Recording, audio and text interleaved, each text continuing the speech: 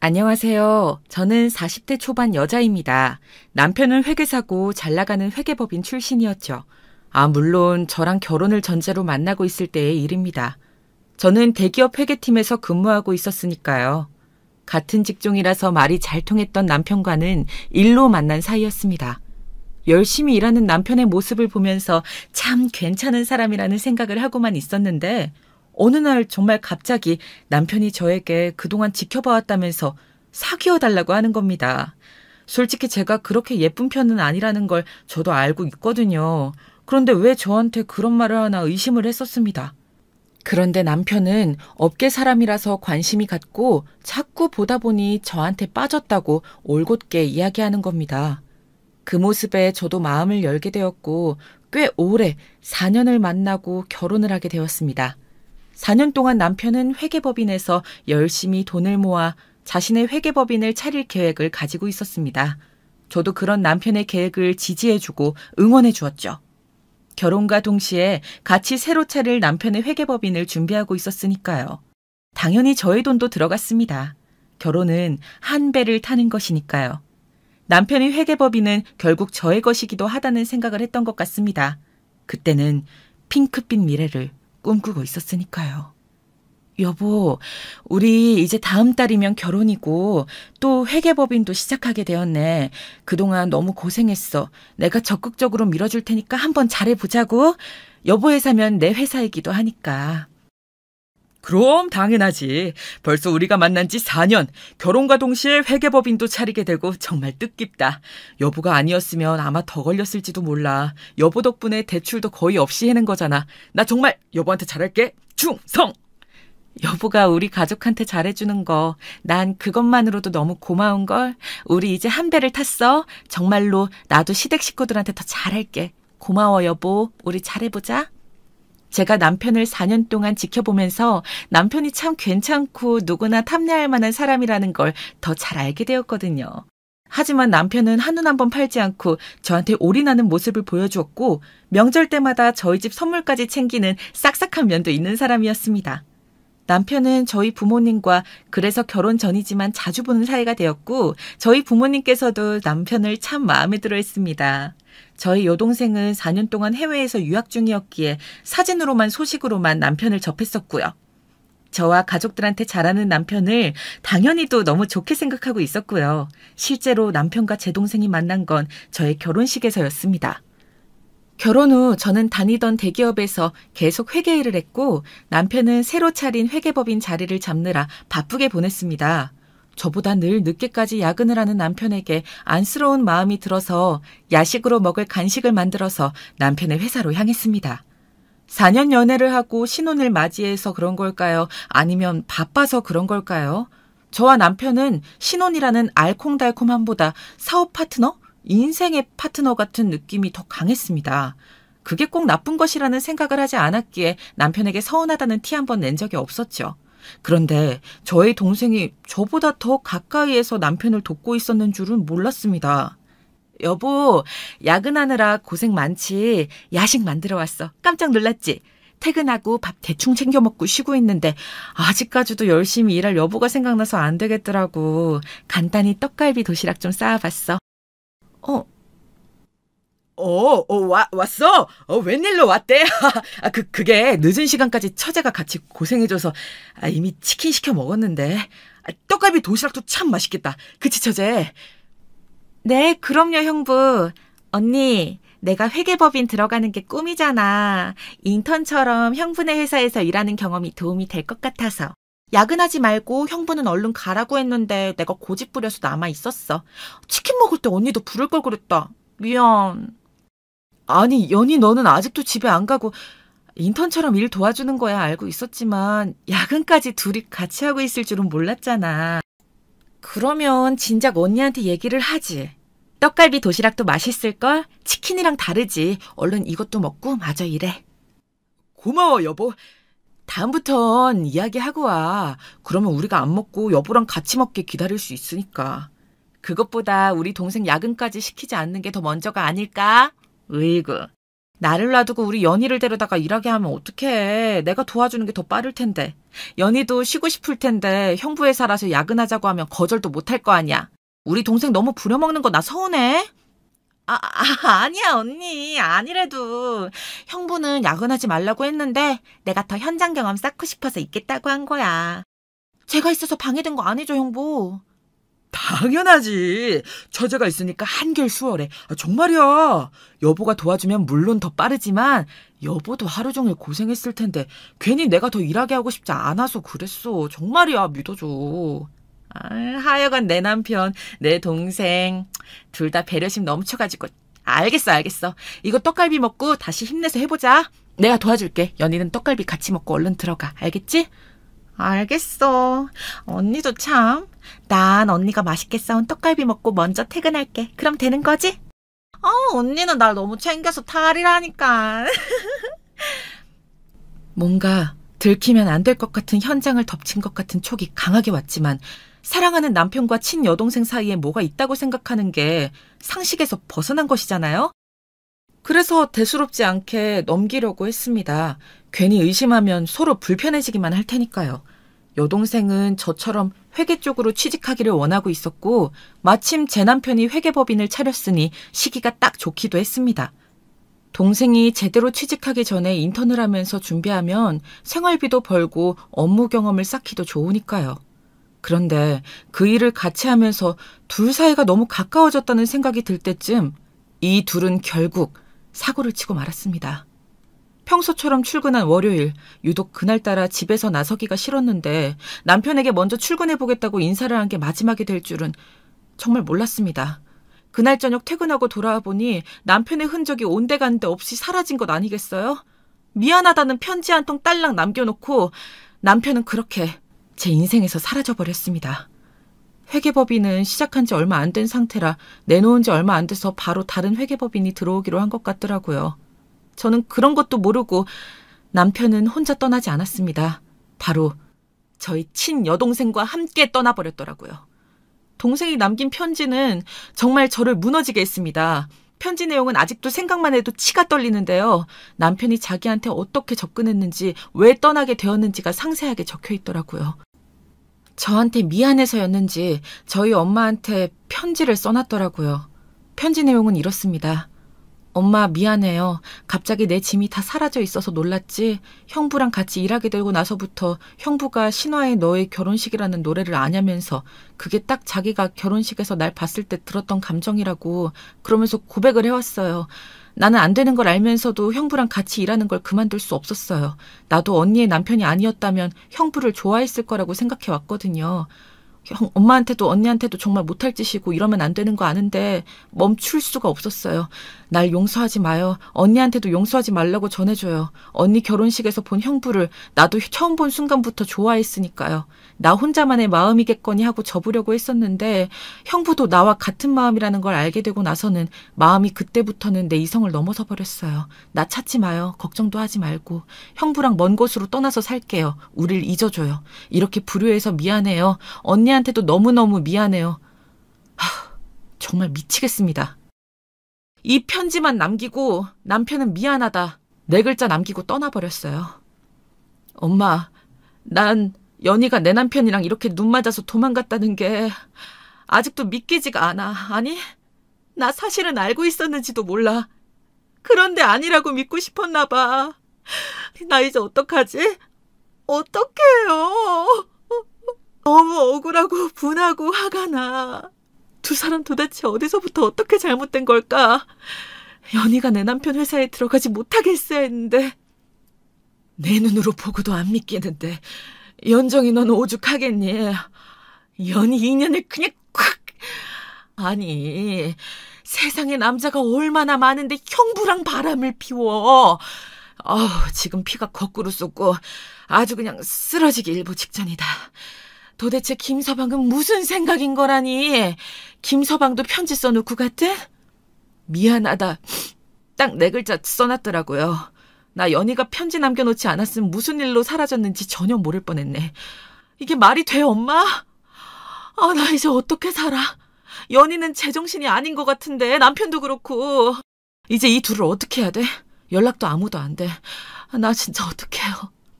연 끊고 살고 싶다고, 지네 둘이 행복하게 살고 싶다고 도망간 것들을 무슨 수로 우리가 찾겠냐. 아이고, 이게 진짜 무슨 일이다냐. 동네 창피해서 어떻게 사니? 결혼한 지 얼마나 되었다고. 너랑 김서방이랑 4년이나 진득하게 연애하길래 이런 일이 생길 거라고는 꿈에도 상상 못했었는데 지금 결혼하고 1년도 안 돼서 처제랑 바람이 나다니. 어디서부터 잘못된 걸까?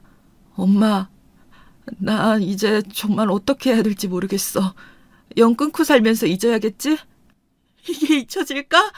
잊고 살아갈 수 있을까? 나 정말 갑자기 연이랑 남편이 사라진 게 거짓말 같아요. 안 믿겨져. 안 믿긴다고. 내 딸이지만 정말 속을 모르겠다. 연이 그건 이제부터 내 딸 아니야. 연락도 안 하겠지만 나도 연 끊었다고 생각하고 살아야겠다. 김서방도 마찬가지고. 너도 마음 독하게 먹어. 지금 그렇게 슬퍼하고만 있는다고 뭐가 달라져? 안 그래?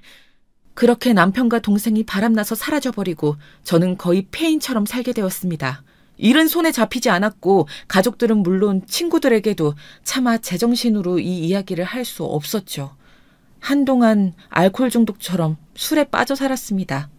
그러다가 문득 저를 버리고 배신하고 떠난 그 두 사람은 행복하게 살 텐데 저만 이렇게 불행하게 살자니 너무나 억울한 생각이 들더라고요. 그래서 다시 저의 중심을 찾아야겠다고 생각했습니다. 그래서 안식년으로 1년 쉬면서 술에 빠져있던 시간을 청산하고 다시 회사에 출근하면서 정말 독하게 일했습니다. 다른 생각을 하지 않도록 저를 계속 채찍질했다는 표현이 더 맞을 것 같습니다. 그렇게 저는 남편과 동생에게 받은 상처를 잊고 살기 위해서, 외면하기 위해서 일과 결혼한 사람처럼 미친 듯이 일했고 최연소 재무팀장을 맡을 정도로 빠르게 승진했습니다. 회사에서 능력을 인정받을 수밖에 없었죠. 밤낮으로 그렇게 집도 안 가는 수준으로 일에 매달렸으니까요. 그렇게라도 하지 않으면 정말 미칠 것 같았거든요. 여러분이 저라면 어떻게 하셨을 것 같으신가요? 어차피 백방으로 찾는다고 남편이랑 동생을 찾을 수 있을 거란 생각은 안 들었거든요. 작정하고 저를, 우리 가족을 떠나버린 거였으니까요. 당연히 이 일을 계기로 시댁과의 연도 자연스럽게 끊어졌고요. 그렇게 10년이 지났습니다. 세월이 참 무섭도록 빠르게 흘러가더라고요. 10년간 단 한순간도 남편과 바람나서 떠난 동생을 잊지 않고 살았습니다. 차라리 잊고 살고 싶은데 그것만은 잊어지지 않더라고요. 문신처럼 남은 마음속의 상처는 아물 길이 없었습니다. 그런데 어느 날 모르는 번호로 문자가 왔습니다. 10년 만이었습니다. 저에게 언니라고 부를 사람은 10년 전 남편과 바람나서 떠나버린 제 친여동생 연희밖에 없어서 한눈에 알아봤죠. 문자 내용은 언니 나 좀 살려줘 부탁이야. 여기 주소는 이런 식이었습니다. 아니 10년 만에 연락을 한 게 미안하다는 내용도 아니고 잘 살고 있냐는 내용도 아니고 살려달라는 부탁이라뇨? 무시하고 말려다가 뭔가 너무 찝찝한 마음이 들더라고요. 염치가 없는 애가 아닌데 동생 연희가 이렇게 안면 몰수하고 갑자기 살려달라고 장난을 칠 애도 아니기 때문에 저는 결국 무시하지 못했습니다. 동생 연희가 문자로 알려준 주소로 한번 찾아가 보기로 했죠. 그 주소를 찾아 주택 앞에 도착한 순간 너무 끔찍한 광경에 놀라 다리가 후들거렸습니다. 연희가 거짓 같은 꼴을 하고 혼자 나오지도 못하고 밖을 하염없이 바라만 보고 있는 모습이 보였거든요. 저는 문을 열고 동생 연희의 손을 잡고 미친 듯이 도망쳤습니다. 맨발로 뛰쳐나온 연희가 너무 안쓰럽더라고요. 제 차에 얼른 태워서 고속도로로 전진 또 전진했습니다. 옷이 다 해져서 낡아가지고 옷이라고 할 수 없을 정도인 것을 입고 있더라고요. 저는 제 옷을 벗어서 동생 연희에게 덮어주었습니다.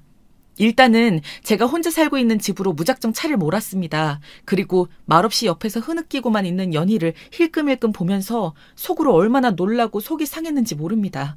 연희는 도대체 지난 10년 동안 무슨 일이 있었던 걸까요? 왜 그 집에서 문도 혼자 못 열고 갇혀 있었던 걸까요? 동생 연희를 본 순간 구해야겠다는 생각밖에 안 들어서 얼른 동생 연희를 데리고 빠져나왔지만 정말 이해가 되지 않는 것들 투성이었습니다. 그 주소와 저희 집과는 한 2시간 반 정도 떨어진 곳이었기에 한 1시간 정도 도로를 달리다 보니 저도 연희에게 이야기를 들어봐야겠다는 생각이 들어서 말을 걸었습니다. 연희야, 어떻게 된 거야? 10년 만에 연락해서 살려달라니.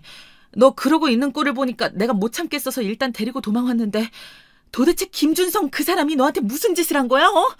말해봐. 다 괜찮으니까. 언니, 와줘서 정말 고마워. 난 다시 세상 밖으로 영영 못 나오는 줄 알았어.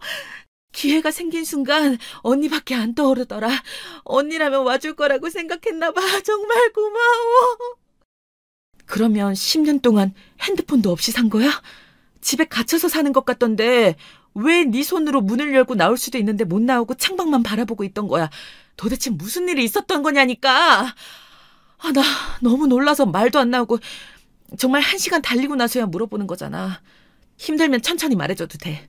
하지만 진실을 덮을 생각은 하지 말고. 알겠지? 동생 연희는 말없이 끄덕이면서 하염없이 창밖을 바라보며 눈물을 연신 훔치더라고요. 대체 무슨 일이 있었던 건지 저는 정말 상상이 안 가더라고요. 어떤 상상을 해도 해외 유학을 갈 정도로 사교성도 좋고 활발한 동생 연희가 집안에 갇혀서 10년을 살았다는 게 말이 안 되었으니까요. 옷도 다 낡았는데 겨울이었고 집안에 보일러는 틀어놓았던 건지 정말 동생 연희를 말도 안 되는 이유로 학대한 건 아닐까 나쁜 상상들에 사로잡히게 되었습니다. 그러면서 정말 그게 진실이 아니길 간절히 바랐죠. 한때는 저희 남편이었던 사람이니까요. 그 정도로 악질이 아니길 바라고 또 바랐지만 왜 이런 기대는 항상 저버리지 않는 걸까요? 언니, 나 이제 얘기할 준비 되었어. 형부랑 도망치고 한동안은 정말 일도 안 하고 둘이서 신혼처럼 세상에 둘밖에 없는 것처럼 그렇게 살았어. 언니한테 미안할 정도로 말이야. 그런데 그게 나의 죄인 줄도 모르고 그 시간들을 나를 감금하는 족쇄가 되었어. 김준성 그 인간은 악마야, 언니. 그게 무슨 소리야? 회계법인까지 차렸던 사람이 무슨 이중인격이라도 가지고 있었던 거야? 내가 4년 만나는 동안 그리고 1년도 안 되는 세월이었지만 그동안은 정말 착실하고 열심히 사는 사람이었는데 정신적인 문제도 없는 것 같았고 몸도 마음도 건강한 사람이었다고 생각했는데 그게 다 착각이었나?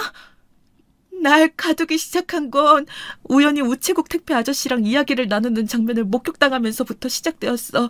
내가 전부 그 김준성이라는 인간 소유라고 생각했던 거지. 날 같은 사람이 아니라 인형처럼 취급했어. 김준성 그 사람은 집착이 심한 정신병이 있는 사람이었어. 날 그날 처음 때렸어. 때리면서 다른 외간 남자랑 눈도 맞추면 안 되고 이야기도 하면 안 된다면서 날 가두고 묶었어. 집을 벗어날 수 없게 방에 가둬놓고 마음에 안 들면 때렸어. 내 옷을 다 가져다 버리고 지금 입고 있는 이 거적대기만 남겨놨지. 맞으면서 찢긴 것들이야. 뭐? 말도 안 돼. 그런 습성이 있을 거라고는 전혀 생각도 못했는데 왜 하필 너한테 이런 몹쓸 짓을. 난 그것도 모르고 널 너무 원망했어. 김준성 그 새끼랑 같이 날 배신하고 떠났으면 잘 살았어야지. 이게 뭐야? 왜 그동안 도망치지 않은 거야? 시도할 때마다 어떻게 알았는지 달려와서 날 다시 가두고 때리더라고. CCTV를 설치해 놓은 걸 확신했지. 난 10년 동안 인간 같지 않은 삶을 살았어, 언니. 내가 언니를 배신하고 미친놈을 만나서 이렇게 죗값을 치른 게 아닐까? 나 너무 살고 싶었어. 앞으로 언니 배신한 죄 정말 속죄하면서 살게. 제발 그놈한테만 날 보내지 말아줘. 그놈은 회계 일은커녕 나는 몇 달간 아무 일도 안 하고 벌어놓은 돈을 쓰기만 했어. 그리고 남은 돈은 도박에 손을 대면서 점차 사라져갔지. 도박이라고? 도박에까지 손을 댔단 말이야? 그래서 집이 그렇게 허름했던 거였구나. 난 당연히 좋은 곳에서 회계법인 차리고 둘이 회계일하면서 살고 있을 거라고 생각했어. 어차피 찾아도 찾아지지 않을 거라고 생각하고 아예 찾는 것도 포기했지. 작정하고 우리 가족을 떠난 거였으니까. 그런데 그렇게 끔찍한 범죄를 당하고 있었다니 믿기지가 않는다. 김준성 정말 가만두지 않을 거야. 이제 걱정 마. 내가 미안해, 내가. 언니가 미안해할 건 없지. 오히려 언니가 이런 일을 당하지 않아서 다행이지. 내가 미친년이었어. 정말 미쳤던 거야. 형부가, 아니 그 새끼가 이런 범죄자 같은 성향이 있는지도 모르고 언니, 그 인간 도박하는 곳 내가 알아. 그 새끼 감방에 쳐넣자. 제발 부탁이야. 안 그러면 그 미친놈은 스토커처럼 날 쫓아올 거야. 내가 자기 소유인 줄 알거든. 제발 그 끔찍한 지옥에 다시 갇히고 싶지 않아. 언니, 나 살고 싶어. 부탁할게. 사정하면서 울음보를 터뜨리는 동생 연희를 보고 있자니 한쪽 가슴이 너무나 아려오는 거 있죠. 정말 어쩌다가 제 남편은 그런 짓을 저지르게 된 걸까요? 원래 그런 사람이었던 걸 제가 몰라본 걸까요? 아니면 동생을 향한 마음이 너무 강해져서 집착으로 변해서 그렇게 된 걸까요? 그렇게 성실했던 사람이, 일밖에 몰랐던 사람이 동생에게 그런 끔찍한 짓을 하고 10년 동안 감금을 했다는 게 정말 듣고도 믿어지지가 않더라고요. 그러나 동생 연희의 꼴을 보니 안 믿을 수도 없는 지경이었고요. 그래서 동생이 더 위험해지지 않도록 남편의 도박에 대해 자세히 이야기해달라고 했습니다. 네 말이 사실이라면 정말 위험한 인간인 거잖아. 내가 김준성 그 새끼 회계법인 차린다고 내가 모아둔 돈까지 넣어서 한 건데 그걸 홀랑 빼먹고 갔는데 그런 집에서 살게 하다니 도박으로 대체 얼마나 날려먹은 거야. 도박으로도 넣을 수 있지만 널 지금까지 감금한 것도 분명 죄야. 내가 어떻게든 그 새끼 감방에서 썩게 만들게. 그러니까 조금 더 자세히 말해봐. 언니 고마워. 정말 고마워. 김준성 그 새끼 처음엔 날 가둬놓고 술을 사러 간다더니 한동안 안 오더라고. 그러고는 도박할 때 쓰는 칩을 가져와서 망했다고 막 그러는 거야. 그때 알았어. 이놈이 도박에 빠졌구나. 다시 회계법인을 차릴 일은 없겠구나. 그렇게 야금야금 까먹다가 이 집까지 아마 넘긴 걸로 알고 있어. 내가 언니한테 문자를 보낼 수 있었던 게 바로 집 보러 온 사람 덕분이거든. 나 대신 신고해주겠다는 거 문자 한 통만 쓰게 해달라고 했어. 그렇게 연락한 사람이 언니고. 아니 연희야, 이 바보야. 그동안 왜 신고를 안 했어? 신고했으면 더 빨리 벗어날 수 있었을 텐데 왜 그랬어? 내가 그리고 그 문자 받고 안 오면 어쩌려고 그런 거야? 아, 너도 정말. 내가 염치 없어도 그래도 언니라면 날 구하러 와줄 거라고 생각했어. 난 혼자서 도망칠 힘이 없었는데 경찰에 신고해도 부부라고 하면서 데려가면 끝이더라고. 난 이미 시도했다가 두들겨 맞고 더 심하게 감금당하고 말았어. 그래서 혼자서 문을 열고 나갈 수 있는 상태여도 심리적으로 나갈 수 없다고 생각하고 스스로 갇히게 되는 지경까지 온 거야. 언니 말대로 나 정말 바보 같다. 그치? 정말 너무 고생했어 그동안. 김준성 그 새끼 내가 반드시 감방에 넣을게. 그 도박에 쓴 칩 혹시 뭐였는지 어떻게 생겼었는지 기억나? 일단 우리 집으로 가서 씻고 제대로 된 옷으로 갈아입자. 언니 너무 고마워. 고마워. 나 정말 그동안 언니한테 미안해서 죽는 줄 알았어. 언니 마음을 내가 모조리 찢어버리고 나왔는데 난 또다시 언니한테 손을 내밀다니. 그런데 그럴 수밖에 없었어. 날 살려줘서 너무 고마워, 언니. 알겠어. 그러니까 이제 그만 울고 그만 고맙다고 하고 한숨 눈 좀 붙여. 1시간은 더 가야 되니까. 춥지? 히터 최대한 세게 틀고 갈게. 이제 아무 걱정 말고 안심해. 그 이야기를 들은 동생은 그제서야 눈을 감고 안도의 한숨을 쉬더라고요. 얼마나 안쓰럽던지 정말 마음이 쓰라렸습니다. 이 꼴을 보면 저희 엄마는 정말 쓰러질지도 모릅니다. 그래서 우선 제 집에서 몸을 회복할 시간을 가지고 그 다음에 차차 엄마한테도 말씀드려야겠다고 생각했습니다. 제 동생을 이렇게 만든 김준성. 그 새끼를 어떻게 감방에 쳐넣어야 할지 그 생각만 하고 있었죠. 김준성 그놈을 얼른 잡지 않으면 동생이 사라진 걸 알고 또 도망치거나 몰래 찾아와서 동생에게 해코지를 할 수도 있겠더라고요. 그래서 검사 사촌 오빠에게 어쩔 수 없이 사정을 털어놓을 수밖에 없었습니다. 오빠, 오랜만에 연락해서 이런 소식 전해서 정말 죄송해요. 사실 지난 10년간 저한테 믿지 못할 일들이 일어났어요. 오빠도 알죠? 제 동생 연희가 제 남편이랑 바람나서 10년 전에 도망가 버린 거. 하루아침에 벌어진 일이었어요. 예상도 못했고요. 그래서 찾지도 않았죠. 일부러 작정하고 숨어버린 사람을 어떻게 찾겠어요. 그런데 동생 연희가 10년 만에 문자로 살려달라고 보낸 거예요. 그래서 지금 제가 구해왔어요. 오빠, 제 남편이, 아니 그 김준성 새끼가 우리 연희를 10년 동안 폭행하고 감금했어요. 겨우 탈출시켜서 지금 저희 집에 데려왔고요. 뭐라고? 소식은 들어서 알고 있었지. 그런데 좋은 일이 아니니까 괜히 더 말을 보태진 않았던 거고. 그런데 10년 만에 동생 연희를 찾았는데 그게 살려달라는 연락이었다고? 남편이 폭행하고 감금? 그동안은 왜 신고를 안 한 거야? 그 새끼 살려둬선 안 되겠다 정말.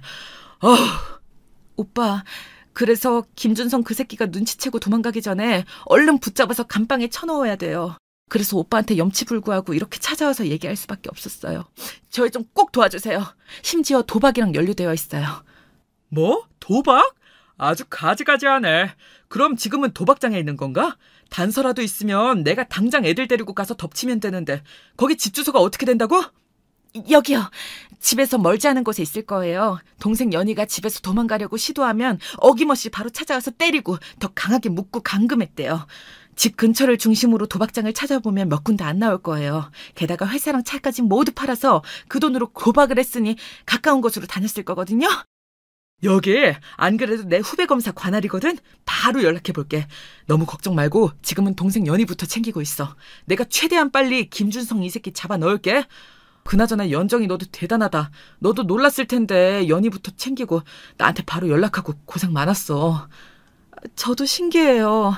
그렇지만 동생 연희 모습을 본 순간 미워하고 원망했던 마음은 온데간데 원래 없던 것처럼 기억도 안 나고 정말 동생을 살려야겠다는 생각만 튀어나왔던 것 같아요. 그래서 거기서 여기까지 한 번도 안 쉬고 달려왔고요. 지금도 오빠한테 이렇게 연락하고 부탁하고 그랬잖아요. 저 정말 김준성 이 새끼 잡아야 돼요. 잡아서 우리 연희한테 대체 왜 그랬는지, 저한텐 왜 그랬는지 꼭 물어봐야겠어요. 잘 부탁드려요, 오빠. 나만 믿고 기다려, 연정아. 내가 최대한 빨리 진행시킬게. 동생 연희한테 안부 전해주고 자책하지 말라고 전해줘. 그런 일을 겪은 피해자들은 피해자들한테 계속 세뇌당해서 정신적으로도 힘들 거거든. 그럼 얼른 들어가봐. 내가 사건 진행되면 바로 알려줄게. 네, 고마워요, 오빠. 저는 동생 연희 돌보러 가볼게요. 뭐든 단서가 잡히면 연락 주세요. 김준성 이 새끼 금방 잡을 수 있을 거예요. 차도 없으니까 멀리 못 다닐 거거든요. 집으로 돌아가면서 동생이 좋아했던 음식을 떠올리며 재료를 샀습니다. 동생이 좋아하는 음식을 오랜만에 해주고 싶었기 때문이었죠. 그런 끔찍한 일을 당한 게 너무 안쓰럽고 제가 그 사람이랑 결혼하지만 않았어도, 그래서 둘이 마주치지만 않았어도 이런 일은 안 일어나지 않았을까, 그런 생각이 들었거든요. 저를 배신한 두 사람이지만 지금은 피해자와 피해자로, 참 세상 일이 어떻게 될지 모르는 거더라고요. 집에 도착해서 마주한 동생은 바들바들 떨고 있었습니다. 너무 마음이 아프더라고요. 왜 그러고 있어? 집이 추웠어? 보일러 더 틀어주고 갈걸. 나 방금 검사 사촌 오빠한테 이야기하고 왔어. 다행히 후배 검사가 그 지역 관할이더라. 도박장 파악도 하고 있을 테니 잡는 건 시간 문제일 것 같아. 김준성 그 새끼가 빠르면 내일이라도 잡히지 않을까? 그리고 오늘은 이렇게 나랑 같이 있는데 절대 여기 못 찾을 거야, 절대. 그러니까 너무 불안해하지 말고. 고마워, 언니. 사실 10년 동안 이렇게 멀리 도망쳐본 적이 한 번도 없어서 불안하기도 하고, 사실 모든 게 꿈만 같아. 언니, 이거 꿈 아니지? 그치? 나 언니가 구해줘서 여기 있는 거잖아, 그렇지? 그럼 당연하지. 아무 걱정 마. 김준성 그 새끼를 이제 다시 보는 일은 없을 거야. 보더라도 법정에서 했겠지. 그동안 10년 동안 너무 고생 많았어. 네가 미웠어도 찾아라도 볼 걸 그랬나 봐. 날 배신하고 남편과 함께 떠나버린 널 찾는다고 무슨 의미가 있나 싶었었어. 그러지 말걸. 널 찾았어야 하는데 미안해. 언니, 내가 언니 입장이었으면 절대 날 구하러 오지 않았을 거야. 언니니까 날 구하러 와준 거지. 배신은 내가 했는데 왜 언니가 날 찾지 않은 거에 미안해. 아마 그때 언니가 날 찾았더라도 찾아지지 않았을 거야. 감금은 도망친 지 1년도 안 돼서 시작되었거든. 정말 그 새끼 벌받게 하자. 그런 잘못된 생각으로 너한테 저지른 범죄들 다 죗값 치르게 해야지. 내가 반드시 꼭 그렇게 만들 거야. 꼭 할 거야. 동생 연희에게 새 옷을 주고 좋아하는 음식들을 차려주고 같이 이야기를 하다 보니 어느새 새벽이 되었더라고요. 동생 연희를 재우고 심란한 마음을 이제야 털어볼 수 있었죠. 저도 그날 하루 너무 길고 힘들었거든요. 문자를 보자마자 불현듯 이끌리는 마음에 안 가면 찝찝할 것 같은 그 마음에 달려간 곳에는 사람 꼴을 하지 않고 있던 10년 전 남편과 함께 도망간 친여동생이 있었으니까요. 그것도 처참한 몰골을 하고서요. 심리적으로도 신체적으로도 굉장히 미약한 상태였습니다. 멀쩡했던, 활발하고 잘 웃던 저의 소중한 동생을 그 꼴로 망쳐놓다니 남편이, 아니, 김준성 그 새끼가 정말 너무나 믿고 찢어 죽이고 싶더라고요. 저는 10년 만에 갑자기 일어난 일에 그날 새벽 뜬 눈으로 지새우게 되었습니다. 그리고 이 간절한 마음을 하늘도 알아주었던 걸까요? 다음날 검사 사촌 오빠에게서 김준성 그 새끼를 검거했다는 소식을 바로 들을 수 있었습니다. 얼마나 안도가 되었는지 모르겠습니다. 그래서 동생 연희에게 바로 이 소식을 말해주고 저는 경찰서로 달려갔습니다. 정말 내 동생 연희한테 왜 그랬는지, 저한테는 왜 그랬었던 건지 물어봐야만 했었거든요. 김준성! 너 왜 그랬어? 왜 그랬어? 내 동생 연희랑 같이 하루아침에 사라져버린 지 10년이야. 데려갔으면 잘해줬어야지. 끝까지 성실하게 살았어야지. 감히 감금에 폭행을 해? 나한테 뜯어간 돈으론 도박을 했더라. 네가 인간이니? 아, 너였구나. 네가 연희를 데려갔어, 맞지? 10년 전에 남긴 말 그게 다야. 내가 너한테 해줄 말은 미안하다고 했잖아. 이건 나랑 연희 사이 문제야. 네가 낄 자리는 없어. 연희 어딨어? 연희 데려와, 얼른! 연희 내 거야, 내 거라고. 정말 너 미쳤구나. 언제부터야? 대체 우리 연희한테 왜 그런 거냐고. 넌 내 남편이었잖아. 형부가 처제를 사랑하는 게 말이 돼? 왜 내 동생 연희한테 접근한 거냐고. 딸랑 미안하다는 네 글자 남겨놓으면 다야? 나한테 최소한의 미안함도 없는 거니, 이 쓰레기야? 우리 결혼식에서 처제인 연희를 본 순간 움직일 수가 없었어. 숨을 쉴 수조차 없었지. 왜 하필 연희를 이제야 만난 건지. 하필 내 결혼식에서 내 신부의 동생인 연희를. 이제 나는 어떻게 해야 하나 정말 망설였어. 내가 찾던 꿈의 이상형이 바로 연희였다고. 난 그저 바라볼 수밖에 없겠지 하면서 체념해야지. 그런데 피할 수도 없는 걸. 나의 그 첫사랑 같은 존재인 걸. 너한테 미안하지만 연희는 나의 첫사랑이야. 너는 결혼을 해야 될 때가 돼서 선택한 사람이었고. 뭐? 그게 지금 할 말이야? 정말 그런 생각을 했다고? 우리의 결혼식에서 만난 내 친여동생한테 그런 마음을 가지는 게 정상이야? 이 미친 새끼야. 그 마음 접었어야지. 우리 연희를 꼬여내서 도망갔으면 잘해줬어야지. 감금에 폭행을 해? 네가 사람이라고. 가까이서 꿈에 그리던 이상형인 연희를 보는 것만으로도 만족하려고 했어. 그런데 내가 차린 회계법인의 인턴으로 들어온 연희를 보고 난 더 이상 지체할 수 없었어. 내가 죽일 놈이라도 없앨 수 없었어. 용서받지 못할 감정도 연희를 향해 터질 듯한 내 가슴도 혼자만의 사랑이 아니었으니까. 연희도 날 사랑했거든. 연희의 마음을 안 순간 어차피 나한테 다른 길은 없었어. 오직 난 연희에게로. 모든 게 끝이라 해도 연희랑 함께하고 싶었거든. 지금 이 순간도 견딜 수 없을 것 같아. 연희 데려와. 연희 데려오라고! 내 옆에는 연희가 있어야 해. 어디도 못 가. 못 간다고. 이 변태 미친 사이코 새끼야. 더러워. 너 같은 건 평생 우리 연희 얼굴 볼 자격도 없어. 그렇게 좋다면서 사람을 패? 가둬? 묶어? 넌 구제불능이야. 날 4년 동안이나 만나게 가짜 감정이었다니. 날 그만큼 좋아하지 않았기에, 사랑하지 않았기에 이렇게 감금하지도 않았던 거였구나. 정말 할 말이 없다. 어이가 없어서.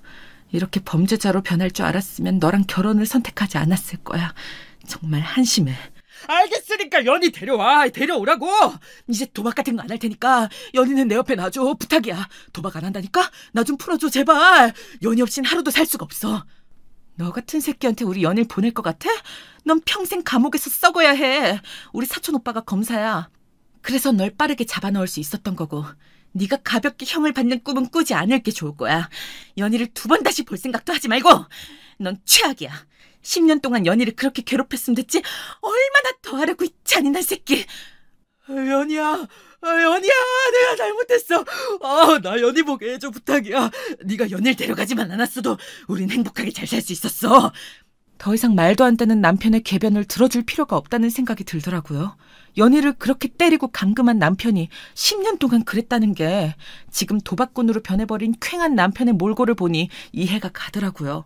10년 전에 저를 떠나갈 때는 절대 몰랐던 그의 추악한 그 모습이 너무 끔찍했습니다. 심지어 저를 만나 연애한 4년이 모두 거짓된 시간이었다는 것에서도 너무나 큰 충격을 받았죠. 네, 맞아요. 연희가 객관적으로 저보다 예쁘고 성격도 좋습니다. 저보다 어리고요. 인기도 늘 많았죠. 하지만 연희가 딱 남편의 이상형이었다니 정말 꿈에도 몰랐습니다. 하긴 그러니까 하루아침에 도망을 가버릴 마음까지 먹었겠죠. 동생 연희는 뭣도 모르고 대학 졸업 후 제대로 된 사회생활을 해보기도 전에 제 남편에게 붙잡혀서 10년을 그렇게 갇혀 살았습니다. 너무 끔찍하잖아요. 아직도 저는 제가 왜 남편을 결혼 상대로 생각했을까? 4년 동안 거짓말로 사랑을 속삭이는 그를 알아보지 못했을까? 저 스스로를 자책하곤 합니다. 다행히 동생 연희도 몸과 마음을 조금씩 회복하고 있습니다. 이제라도 잃어버린 그 10년을 되찾아주고 싶어요. 저 대신 당한 것 같아 마음이 복잡하기도 하지만요. 연희는 경찰서에 출석하여 그동안 제 남편에게 당해왔던 폭행과 감금 사실에 대해 다 털어놓았습니다. 도박 수사에도 도움을 주었고요. 한때는 제 남편이었던 그 김준석을 제 손으로 감방에 넣고 나니 참 알 수 없는 감정에 휩싸이게 되더라고요. 아마 동생 연희도 그랬겠지요. 저는 그럴 때일수록 저랑 동생 연희가 마음을 단단히 먹어야겠다고 생각했습니다. 이제는 저희도 저희의 삶을 살아야 할 테니까요. 저희 엄마한테도 동생 연희를 데려왔다고 이야기하고 남편이 감방에 갔다는 이야기를 했습니다. 정말 깜짝 놀라서 한동안 오열을 하면서 연희를 찾으시더라고요. 엄마, 연희도 피해자니까 너무 미워하지 마세요. 그동안 정말 많이 힘들었을 거예요. 자그마치 10년이니까요. 지금 그나마 많이 나아진 거예요. 처음 봤을 땐 정말 더 힘든 상태였어요. 연희야, 아니 10년 동안 대체 무슨...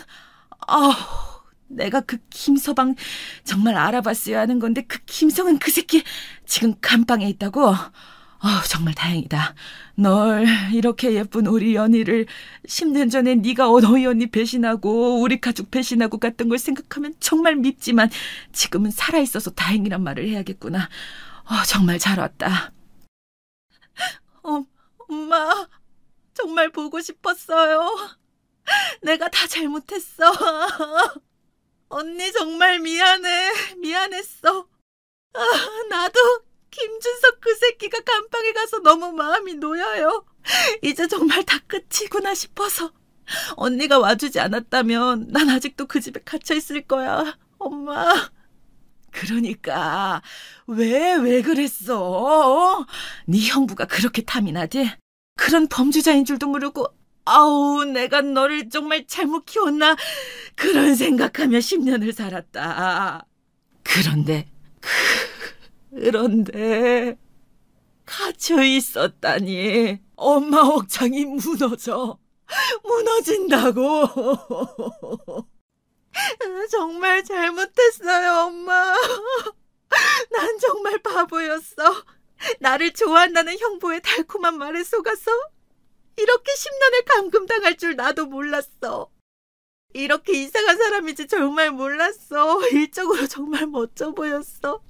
내가 말도 안 되는 욕심을 부려서 이렇게 되었나 봐. 나 벌 받았나 봐, 엄마.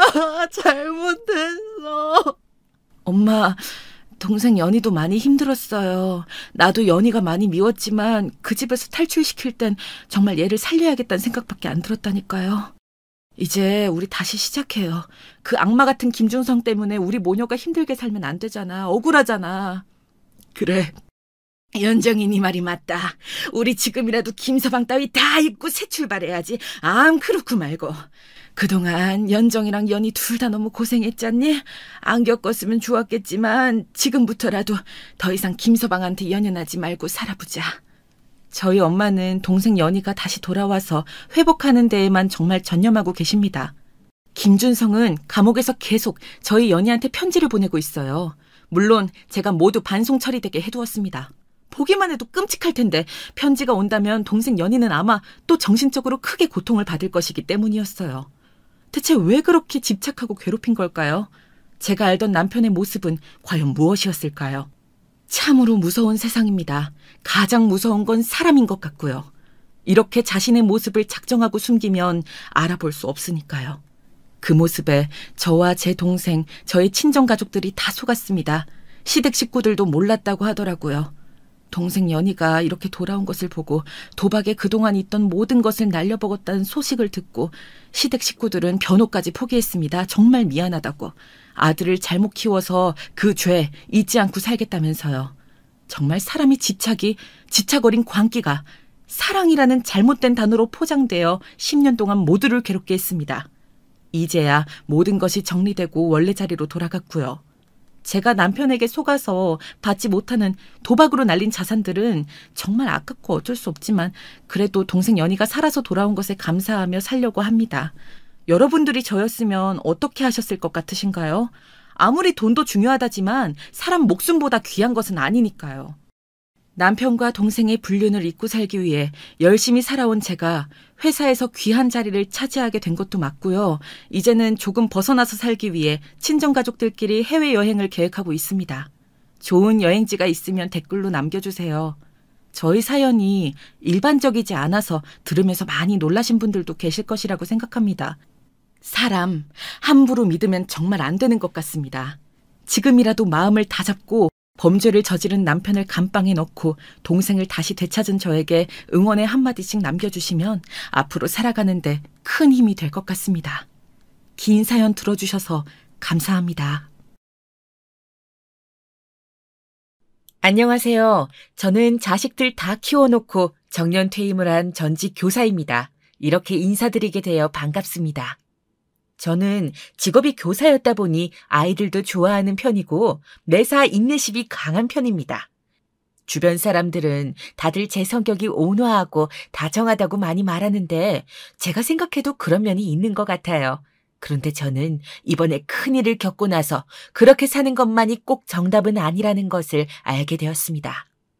지금부턴 그 일에 대해서 말씀드릴게요. 제겐 30이 넘은 아들이 한 명 있습니다. 아들은 조금 늦은 나이에 결혼해 제 속을 애태웠는데요. 요즘 젊은 사람들의 결혼 정년기가 많이 늦어졌다곤 하지만 엄마들 마음에선 아들이 얼른 장가가 가정을 이루는 모습을 보고 싶어 결혼하라고 재촉도 많이 했답니다. 저희 아들은 의사인데요. 워낙에 공부량도 많고 일 자체가 바쁘다 보니 아무래도 누군가를 만나는 게 쉽진 않은 모양이더라고요. 그래서인지 선자를 주선해줘도 만남이 잘 성사되지 않는 듯 싶었어요. 제가 이렇게 아들의 결혼을 바랬던 이유는 아들이 가정을 통해 안정감을 찾았으면 하는 마음에서였는데요. 왜냐하면 아들이 어렸을 적 저는 아들에게 안정된 가정을 선물해주지 못했기 때문입니다. 남편과 이제 정이부터 부부로서 살아나가려던 때 겨우 20대의 시절 너무 젊디 젊은 날 갑작스럽게 남편의 비보를 접하게 되었습니다. 아이고, 이를 어째? 글쎄 지금 자기 남편이 응급차에 실려갔대. 뭐라고요? 아니 그게 무슨 말이야? 내 아들이 응급차에 실려갔다니? 사고를 당한 것 같아요. 아까 저기 상가 건물에 불이 크게 났었는데 그 안 가게에 있었나 봐요. 아우 어쩌면 좋아요. 동네 아주머니가 눈물을 글썽이며 전한 비보에 급히 시어머니와 함께 병원으로 달려갔지만 남편은 이미 이 세상 사람이 아니었습니다. 시어머니는 그대로 쓰러졌고 저는 혼미한 정신을 가눌 길이 없어 그대로 응급실 베드를 부여잡고 서 있었습니다. 드라마를 보면 중환자실 앞에서 오열하는 장면이 참 많이 나오던데 저는 그 젊은 나이에 알아버렸답니다. 사람이 너무 충격을 받으면 눈물조차 나오지 않는다고요. 현실을 인정하기 힘들었던 전 남편의 장례식 내내 물 한 모금 제대로 먹지 못했어요.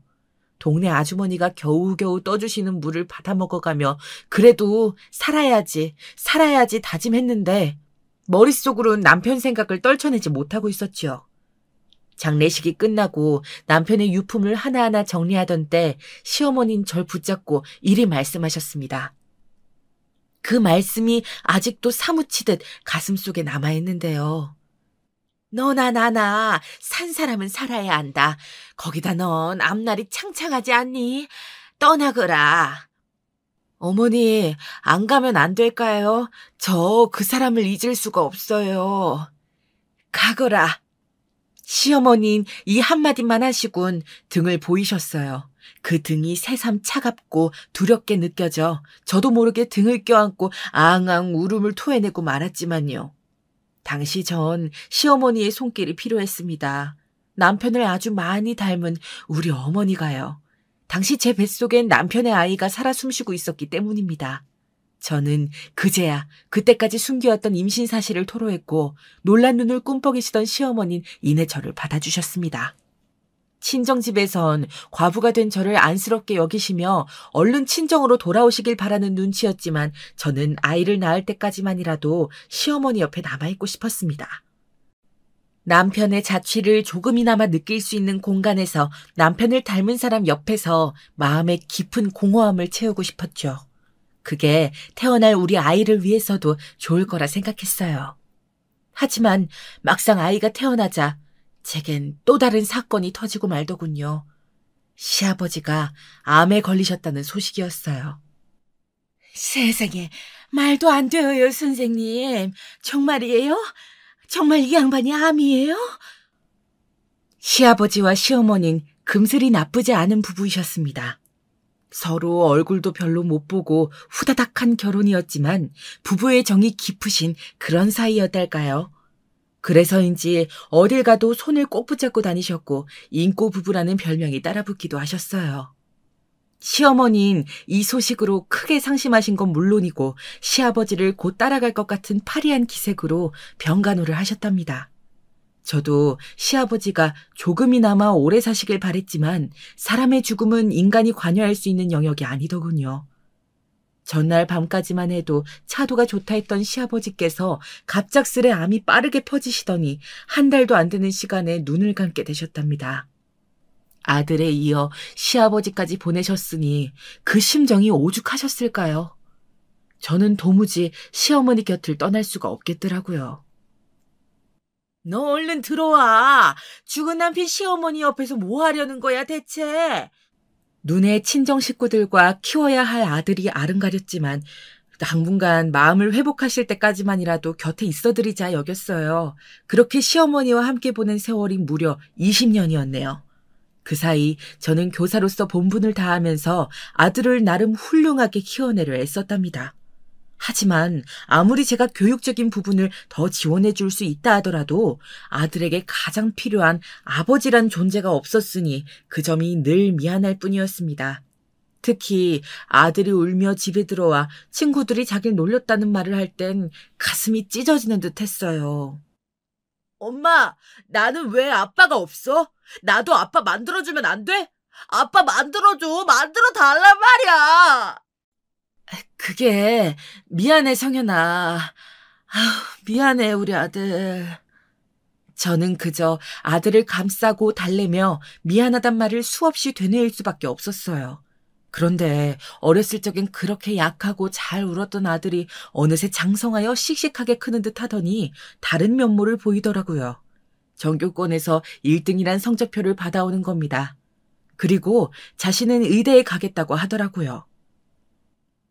엄마, 나 의대에 가서 아픈 사람들을 돌보고 싶어요. 그때 우리 아버지도 조금만 응급처치가 빨랐으면 살 수 있었다고 했잖아요. 다른 사람들에겐 그런 고통 겪게 하고 싶지 않아요. 사실 남편은 응급실에 도착하고도 치료가 늦어져 허탈히 죽음을 맞이했는데 술을 먹고 저도 모르게 주절주절한 이야기를 기억했는지 아들이 어린 나이에 들었던 그 이야기를 가슴에 품었나 봅니다. 마음 아프게도 그 이야기를 꺼내어 꼭 의사 가운을 입겠다 하더군요. 그렇게 아들은 정말로 자기의 바람대로 의대에 가 의사가 되었고 저는 너무 대견할 뿐이었답니다. 가끔은 세상을 떠난 시어머니 묘에 찾아가서 가끔은 남편 묘에 찾아가서 우리 아들이 이렇게 컸다고 속삭이다 오기도 했어요. 그리고 내심 속으로 아들이 이제 결혼만 하면 내 역할은 끝나겠구나 하고 여겼어요. 그런데 이 녀석이 30이 넘고 나이가 차도 여자를 데려올 생각을 안 하더군요. 성현아, 강요하는 건 아니지만 이젠 나이가 드니까 엄마도 손주 보고 싶고, 아니 손주까진 아니더라도 너 결혼해서 잘 사는 건 보고 싶은데 엄마는 시간 가는 게 참 아깝다. 언젠간 이렇게 살그머니 말한 적도 있었는데 아들은 제 말에 빙그레 웃을 뿐 아직은 일이 좋다는 말만 하더라고요. 그러다 그로부터 6개월 후 갑작스레, 정말 갑작스레 저녁을 먹는 자리에서 결혼하고 싶은 여자가 있다고 말을 꺼내왔어요. 얼마나 놀랐는지 먹던 갈비찜이 체할 뻔했습니다. 워낙에 속마음을 잘 드러내지 않는 녀석이긴 했지만 1년이나 만나왔던 여자가 있었으며 그 여자와 결혼 이야기를 나눴고 부모님까지 배웠다는 말을 전해 듣는데 놀라지 않을 수가 없더군요. 다급한 마음에 어떤 여자나 물었더니 나이는 아들보다 5살 어렸는데 쇼핑몰도 운영하고 카페도 운영하는 사업가라고 하더군요. 저는 벌써부터 아가씨의 모습이 상상되는 듯하여 얼른 데려오라며 주책을 떨었답니다. 약속한 날 새벽부터 장을 봐 가득 맛있는 창을 차려놓고도 가슴이 떨려 죽을 지경이었지요. 어머, 왔니? 들어오렴. 밖에 많이 춥지? 들어와요, 아가씨. 안녕하세요, 어머님. 그런데 사람이 첫인상이라는 것이 있잖아요. 저는 오랫동안 사람을 가르치는 일을 해온 사람으로서 묘한 직감 같은 게 있었는데 그 인상이 약간 쎄하다고 볼 수 있었어요.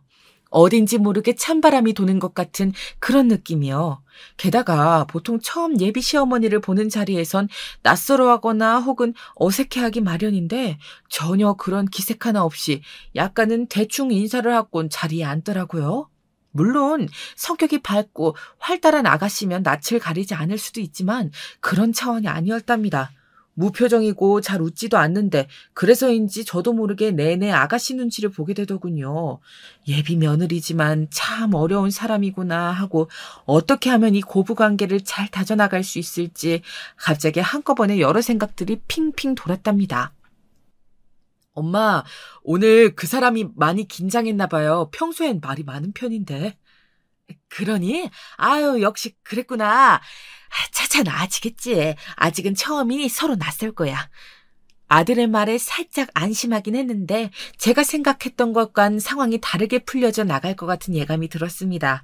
이어진 상견례가 그 시작점이 되었는데요. 우선 며느리 쪽 집안이 아들에게 들었던 것보다 훨씬 잘 산다는 사실을 알게 되었답니다. 안사돈께서 막힘없이 얘기를 하시는데 당황스럽더군요. 어머, 우리 딸이 말을 안 했나 봐요. 얘가 워낙 이런 부분에서 말을 아끼는 편이라 저희 집이 꽤 잘 살아요. 남들은 이걸 이런 말하면 싸 보인다나 저렴해 보인다는 이유로 아끼던데 전 안 그래요. 부자인 걸 왜 감춰요? 안 그런가요? 저희가 소유하고 있는 건물만 2채예요. 제 딸이 거기 1층 카페를 운영하고 있고요. 아이고, 그러셨어요. 몰랐네요. 바깥 사돈께서 자수성가 하셨다고 들었는데 정말 열심히 사셨나 봐요. 예, 이 양반이 그랬죠. 그래서 저희 딸이 손에 물 한 방울 안 묻히고 귀하게 자란 딸입니다. 제가 품에 끼우고 키운 딸이나 마찬가지예요. 물론 우리 사위가 의사이고 빠지는 조건은 아니지만 저희 집안이 이렇다 하는 정도는 미리 말씀드리는 겁니다. 알고 계시라고요. 아, 예.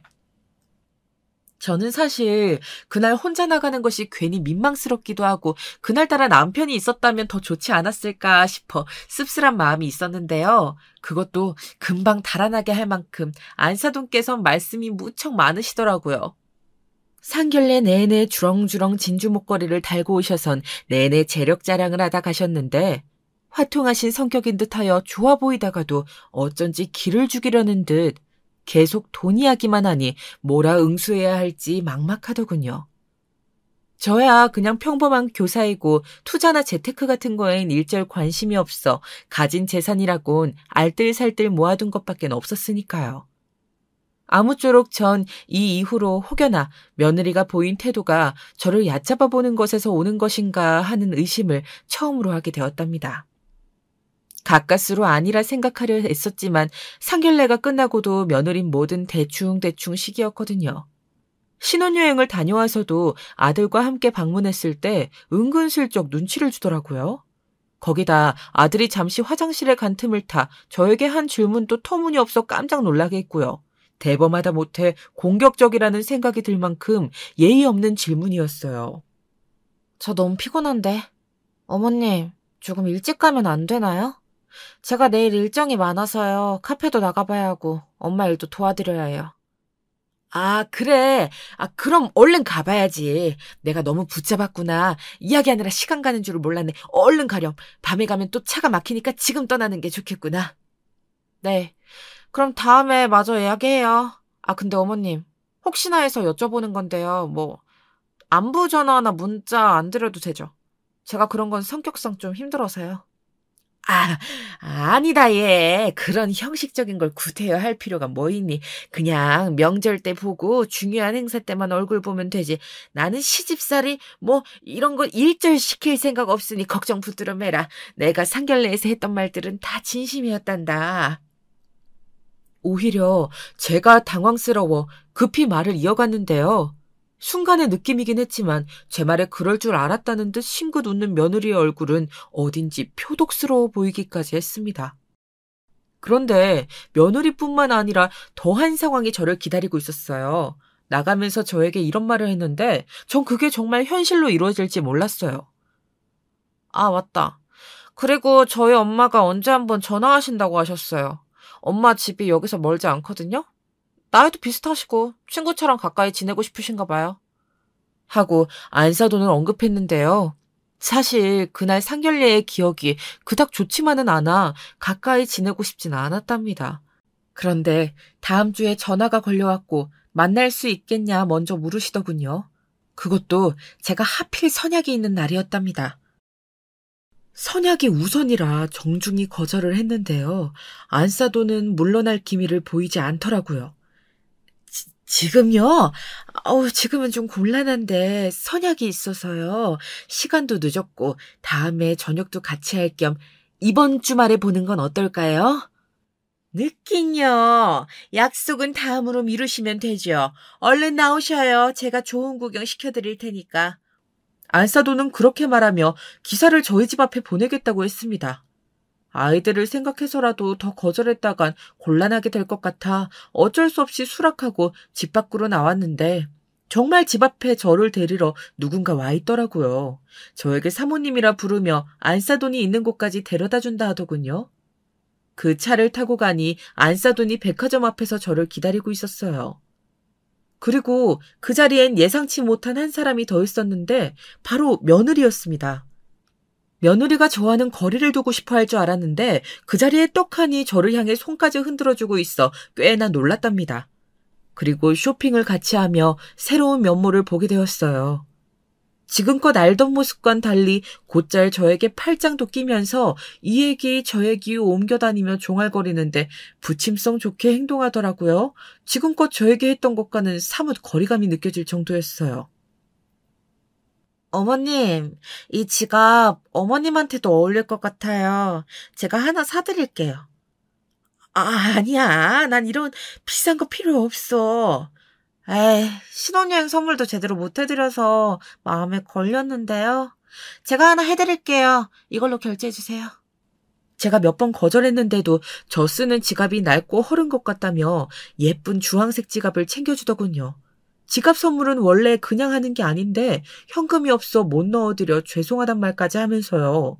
순간 제가 알던 며느리가 맞나 하는 생각에 머리를 한 대 맞은 것 같기도 했답니다. 며느리는 시종일관 애교를 부려댔고 반면 안사도는 저를 초대해놓고도 제가 있는지 없는지 모르는 듯 했어요. 명품관을 한 바퀴 돌더니 이 가방을 들었다 저 가방을 들었다 하며 혼자 신나게 쇼핑을 하더군요. 그런데 거기서 일이 생겼어요. 쇼핑을 하면서 지켜보니 직원을 대하는 태도가 상당히 무례하다고 느꼈는데 기어코 작은 언쟁이 일어난 겁니다. 아니, 이거 저번에 내가 사겠다고 먼저 셀렉해놓고 간 거잖아요. 고객님, 여기엔 그런 말이 적혀있지 않아서요. 다시 한번 확인해 주시겠어요? 내가 확인할 게 뭐가 있어. 너 지금 잘리고 싶니? 백화점 명품관 고객을 이렇게 대하면 니들 모가지도 같이 날아가는 거 몰라? 얼마나 무례하게 행동하는지 순간 너무 창피해 저도 모르게 주변을 둘러보게 했어요. 며느리가 말려 겨우 백화점 밖으로 데리고 나갔는데요. 안사도는 분이 풀리지 않는지 혼자 계속 직원들을 욕을 하며 씩씩거리더라고요. 그러다 자기 기분도 풀 겸 와인을 마시러 가야겠다며 저를 끌고 다짜고짜 차에 탔는데요. 그렇게 이어서 저희의 만남은 원치 않게 레스토랑까지 가게 되었지요. 그런데 그 레스토랑에서 전 안사돈과 예상치 않은 일이 터져 언성이 높아지게 되었답니다. 제 평생 이런 일은 손에 꼽는데 그날만큼은 저도 골맞던 상처가 건드려져 참을 수가 없더군요. 일단 먼저 메뉴판을 보고 저도 먹고 싶은 걸 주문하곤 기다리는데 안 싸더니 제가 메뉴판이 영어라 못 읽을 거라 생각했는지 제대로 잘 골랐냐고 묻더라고요. 그런 게 있으면 다음부턴 대신 골라줄 테니 부끄러워하지 말고 말씀하세요. 워낙에 이런 문화는 익숙하지 않으실 거 아니에요? 비하 가득한 발언은 시작일 뿐이었어요. 레스토랑에서 나온 메뉴들, 스테이크와 샐러드, 수프 다 고급스럽고 맛있습니다. 입에서 살살 녹을 만큼이요. 하지만 제 속은 체할 것 같더군요. 그러다 며느리가 잠시 화장실에 가고 갑자기 화제가 저의 지나간 과거 이야기로 번져갔어요. 너무 뜻하지 않은 전개라 당황스러웠지만 안사도는 왜 제게 재혼을 하지 않으셨냐 묻더라고요. 그래서 허심탄회하게 지나간 이야기를 털어놓았고 아들을 홀로 키워 아빠 없이 자라게 한 점이 미안하다고도 말하게 되었어요. 그런데 여기서 이어지는 말이 참으로 경박스럽게 짝이 없었습니다. 나는 혹시나 사부인에게 무슨 하자라도 있는 건가 했는데 다행이네요. 그래요. 가끔 우리 사위 볼 때 아버지 없이 큰 게 티가 나서 내가 다 안쓰러운 마음이 컸는데 그런 사정이 있으셨군요. 아버지 없는 티요? 예, 아무렴 당연히 나죠. 여자도 아니고 남잔데 어떤 부분이라 콕 집어 말할 수는 없지만 사람이 좀 그늘이 있어 보이잖아요. 얼마나 죽어라. 그런 티를 내지 않기 위해 노력하며 살아왔는데. 듣자마자 가슴속 한가운데 미세한 균열이 나고 있는 것 같았습니다. 그래서 제가 병원 개원도 도와주려는 거 아니겠어요? 사실 병원이라는 게 위치도 참 중요해요. 아시다시피 저희 건물은 위치도 좋고 절대 망할 리는 없거든요. 사위 입장에서는 얼마나 편하겠어요? 사돈도 저한테 잘하셔야 해요. 그 여잔 제 표정이 어떻게 변하든지 간에 신경 쓰지 않고 계속해서 경솔한 발언을 이어갔습니다.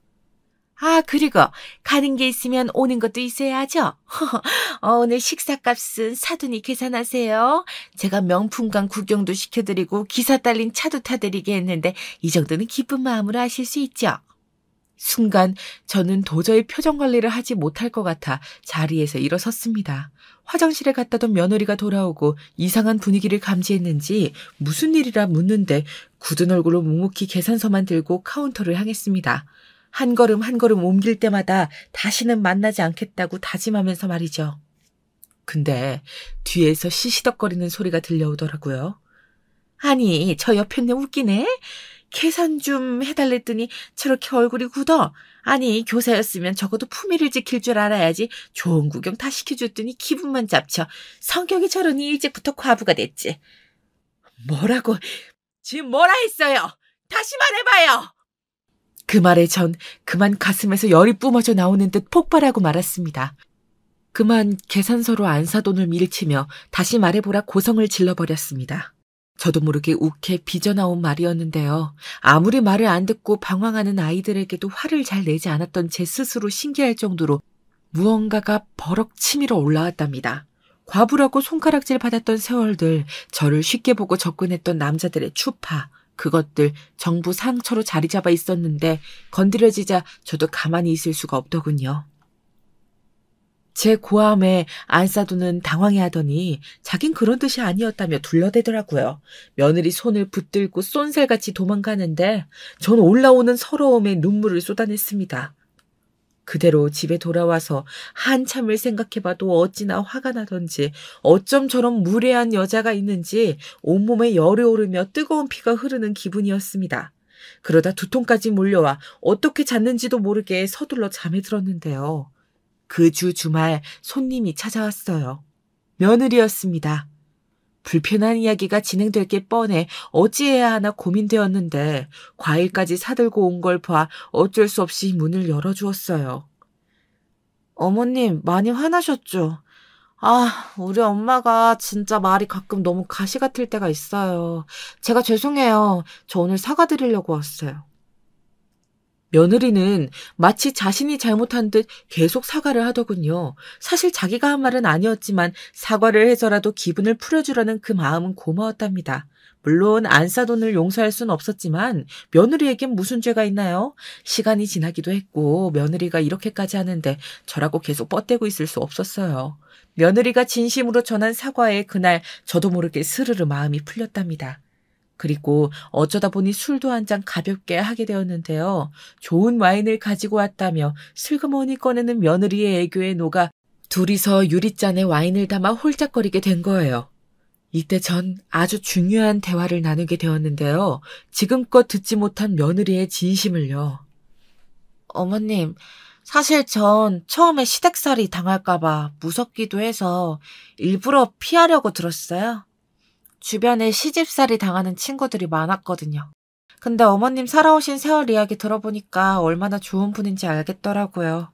솔직히 너무 감동받았어요. 그래서 저 어머니랑 더 친해지고 싶어요. 마치 딸처럼요. 저 딸처럼 대해주실 수 있죠. 저도 어머님을 엄마라고 생각하고 잘할게요. 말 하나에도 천냥빚을 갚는다는 말이 있잖아요. 말 하나도 참 예쁘게 하는 며느리에게 그날 조금 마음이 가더군요. 그 후로 저는 며느리와 서서히 돈독해졌어요. 이런 변화에 아들 역시 놀라더라고요. 며느리가 콘서트 티켓을 예매해 주어 같이 가게 되었는데 아니 오늘 또 둘이서 시간을 보낸다고요? 이러다 정말 딸 챙기시는 거 아니에요? 하하 하며 기분 좋게 웃더라고요. 아들도 내심 좋아하는 눈치였습니다. 사실 아들은 이미 병원 일로 너무 바빠 마음이 가까워도 물리적으로 시간을 보내기가 힘들었는데 며느리가 있으니 그렇게 마음의 허한 부분이 채워지는 듯 했습니다. 특히나 학교를 그만두고 나서부턴 더더욱 그러했어요. 매일같이 하던 일을 내려놓고 집에서 하루 종일 시간을 보낸다는 게 여유로우면서도 내가 사회에서 기능하지 못한다는 생각이 들어 조금은 쓸쓸한 일이었는데 며느리가 있으니 갑갑할 틈이 없더라고요. 아유, 딸이 엄마를 더 많이 닮았네. 정말요? 제가 엄마 많이 닮았어요? 엄마, 제가 엄마 닮았대요. 동네 시장에 장을 보러 가며 며느리가 따라가고 싶다고 졸라대어 종종 같이 갈 때가 있었는데 아줌마들이 농담 삼아 그런 말을 하곤 했어요.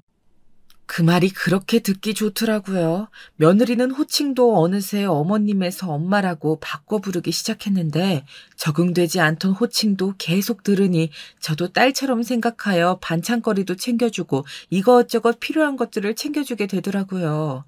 그러다 너무 좋은 소식까지 덤으로 얻게 되었답니다.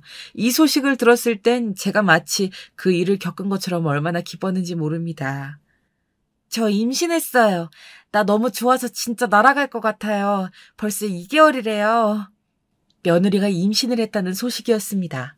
아들이 나이가 적지 않던 터라 조금 걱정스러웠는데 다행히 며느리 나이가 젊어 금방 임신이 된 모양이더라고요.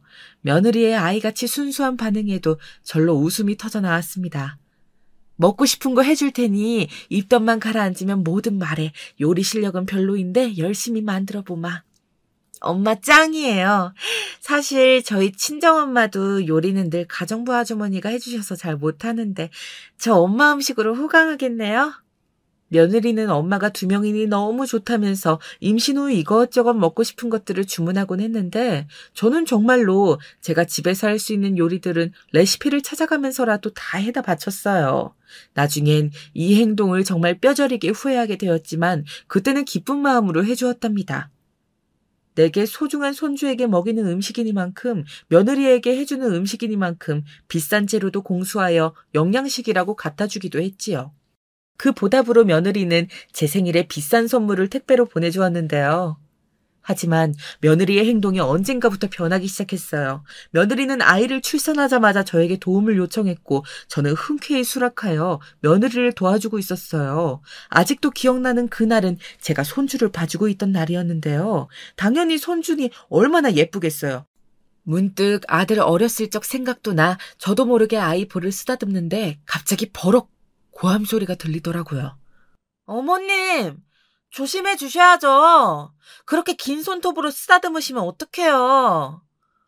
아니, 나는 내 손톱이 그렇게 긴가? 그젯밤에 자른 건데 아이볼에 상처가 난 것도 아니고. 그래도요. 손은 씻으셨죠? 무조건 씻으셔야 돼요. 며느리 집에 가면 1분 이상 손 씻게 하는 건 물론이고 전 며느리 집에 들어가자마자 샤워부터 해야 했어요. 제가 비위생적인 손길로 아이를 만지려 드는 게 싫다면서 그렇게 하라 우기는데 속으론 화가 났습니다. 내가 수락해서 한 일이긴 하지만 부탁하는 입장에서 이렇게 시어머니에게 무리하게 구는 건 정도가 지나친 게 분명했어요. 그래서 그날은 제가 며느리를 붙들고 솔직한 심정을 이야기하며 조금 과민해진 것 같다고 말했더니 순순히 자기가 조심하겠다고 하더라고요. 하지만 손주를 봐주는 날이 늘어나다 보니 저도 점점 힘에 부쳐 쉬고 싶은 기색을 내비쳤는데 그때마다 곧바로 따가운 눈총이 날아들어왔습니다. 그러면서 자기 입장을 열띠게 설명하는데 그제야 며느리가 왜 갑자기 저에게 잘 대해주었는지 알 수 있었습니다. 어머님, 저 스트레스 지금 정말 많이 받고 있어요. 출산한 것도 힘들어 죽겠는데 일도 못하지, 친구들도 못 만나지. 얼마나 갑갑한지 알아요? 그래, 네 심정은 이해한다. 그런데 원래 엄마가 되어가는 과정이 다 그런 거야. 한 아이를 책임지려면 네 삶도 내려놓을 줄 알아야지 매번 너 하고 싶은 대로만 하고 살 수는 없는 거란다. 내가 평생 아이를 봐줄 수도 없는 노릇이고. 네? 그게 무슨 말씀이세요? 아이를 봐줄 수 없다니요? 며느리는 제 말에 갑자기 반색을 하며 그런 일은 절대 일어날 수 없다는 듯이 굴더라고요. 사실 아이를 어린이집에 보내고 나면 당연히 저도 저의 생활을 보내는 게 당연한 일인데 며느리는 무척이나 당황한 듯 했습니다. 제게 진심으로 한 말이냐며 자기는 적어도 초등학생이 될 때까지는 저에게 맡기려고 했다더군요.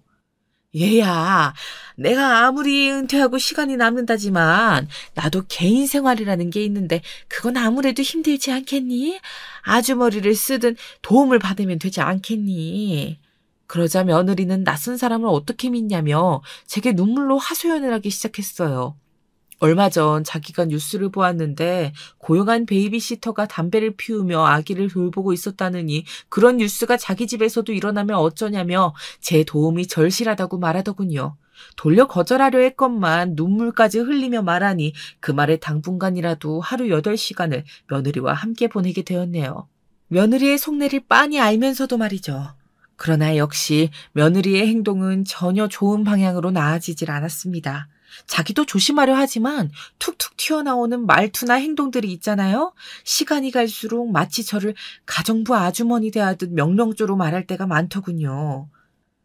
어머님, 우리 애기 아픈가 봐요. 병원에 좀 데리고 가야겠어요. 얼른 차 대기시키세요. 어머님, 전 아직도 안 붙이셨어요? 아, 배고파 죽겠는데. 언제 되는 거죠? 상사가 부하 직원한테 한다 해도 논란이 될 만한 말투들이었습니다. 하지만 이 모든 것을 참은 이유는 아들 때문이었습니다. 당시 아들은 사돈댁의 도움으로 병원을 개업했는데 아들 얼굴을 봐서 참고 참자고 생각했어요. 갈등 일으키기 싫어하는 제 성격이 미련한 짓을 벌인 것이지요. 그러던 어느 날 기어이 터지고 말았습니다. 어머님, 오늘 고등어 조림이 왜 이렇게 짜요?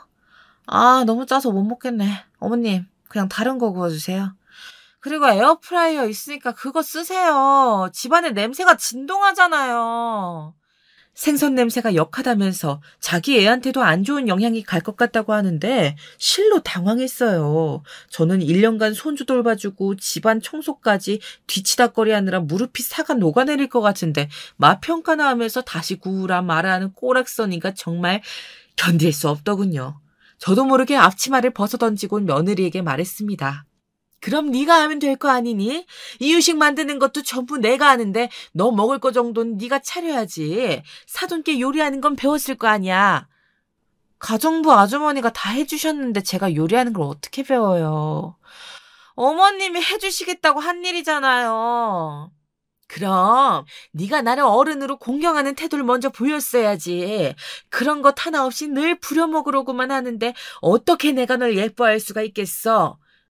그런데 며느린 제 말에 단 하나도 지지 않으려 하더군요. 비웃으며 이런 말을 하는데 그걸 저의 약점이라고 생각하는 듯 했습니다.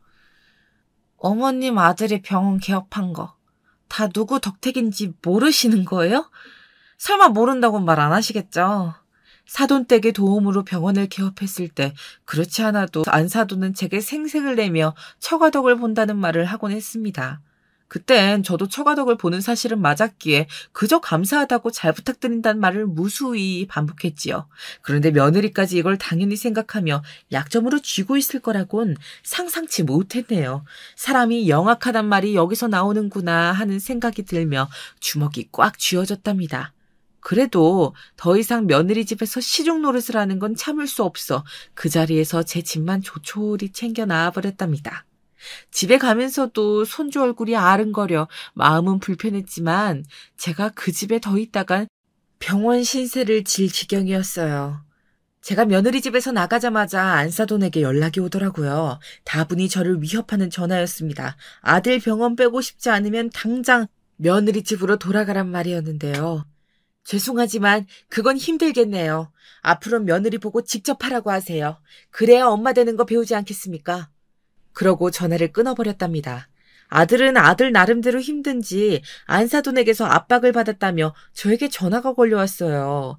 며느리와 갈등이 있었다면 해결하면 되지 않겠냐고 하는데 저는 아들을 앉혀놓고 며느리의 실체에 대해서 말할까 하다 괜히 어린 손주를 두고 이혼 이야기가 나올까 봐 넘겼답니다. 며느리는 그렇다 치지만 손주는 보고 싶었어요. 며느리가 워낙에 지식이 전무한 상태로 손주를 키우기도 했고 하루가 멀다 하고 놀러 나가고 싶어 했길래 아유 잘 지내고 있을까 걱정스럽기도 했지요. 하지만 제가 더 개입하면 이대로 평생 끌려다니는 꼴밖에 되지 않을 것이기에 베이비시터라도 고용했을 거라며 마음을 추스리고 있었답니다. 그러다 놀랍게도 저는 다시 그 지옥 같은 곳으로 제 발로 들어가고 말았는데요. 안사돈과 며느리가 저를 무턱대고 찾아왔습니다. 이번에는 아들도 함께였지요. 오랜만에 보는 아들의 안색이 너무나 초췌한 게 먼저 보이더군요. 마음고생을 많이 했는지 계속 며느리 눈치만 보고 있더군요. 어머님 집안일도 제가 다 맡아 할게요. 아이 키우는 것도 제가 보고 배울게요. 그러니 다시 집에 돌아와 주세요. 네? 제가 잘못했어요, 엄마. 딸이 잘못 저지를 수도 있는 거잖아요. 용서해 주시면 안 돼요? 그래요, 사돈. 내가 좋게 풀려고 여기까지 왔어요. 우리 아이가 사돈 어른에게 조금 무례하게 군 것 같은데 단단히 교육시켜 놓았어요. 그러니 걱정하지 않으셔도 됩니다. 안사돈과 며느리는 저를 찾아와 그날 사과를 받아주지 않으면 가지 않을 기세로 계속 서 있더군요. 제 손까지 꼭 붙잡으며 눈물을 글썽이는데 모녀의 행동이 너무나 닮아 있어 속으로 소름이 끼쳤답니다. 그땐 당연히 물으려고 했지만 제 결정을 돌린 건 아들의 말이었습니다. 며느리와 안사돈에게 잠시 밖에 나가 있어 달라 하더니 아들이 저한테 따로 할 말이 있다고 하더라고요. 엄마, 정말 죄송해요. 저도 드릴 말이 없어요. 근데 제가 병원 사정이 요즘 많이 안 좋아요. 장모님 도움이 필요해요. 아들은 장모님 도움이 필요하다는 그 말을 하며 고개를 푹 수그렸습니다. 아들의 수많은 그림 속에 얼마나 많은 화환과 상념이 스쳐 지나가던지요. 속으로야 눈치 보지 말고 당당히 살라고 말하고 싶었다만 병원 운영을 포기하고 싶지 않아 하는 아들의 속내를 누구보다 잘 알고 있었기에 그런 말조차 꺼낼 수가 없었답니다. 결국 그날 전 짐을 싸 다시 며느리 집으로 향하게 되었고 아들의 죄스러운 얼굴에 괜찮으니 걱정하지 말라라는 말로 애써 힘껏 아들의 마음을 다독였어요. 그런데 참 사람의 일이란 이래서 신기한가 봅니다. 제가 그렇게 집에 들어오고 난 후 일주일 정도 지났을까요? 며느리는 다시금 저에게 엄마라는 호칭을 쓰기 시작하더니 저에게 맛있는 걸 사주겠다 쇼핑을 가자 알랑방구를 끼더라고요. 전 들은 척도 않고 그냥 묵묵히 손자만 바라보고 놀아주고 있었답니다. 우리 손자는 장난감 자동차를 보면 무척 좋아했는데 그 바퀴를 땅에 대고 굴려주면 또르르 굴러가는 모습만 보면 까르르 웃곤 했어요. 그 모습이 천사같이 해맑아 이번에도 장난감 자동차 바퀴를 굴려주려고 했는데 갑자기 우둑 소리가 나면서 차가 굴러가질 않더군요. 보니까 바퀴가 하나 빠진 거였어요. 아이고 이를 어쩐담. 현우야 할미가 다른 장난감으로 놀아줄게. 이건 버려야겠다 싶어 장난감 박스에서 다른 장난감을 고르던 중 갑자기 며느리가 저에게 와서는 장난감을 들며 버럭 소리를 지르더군요.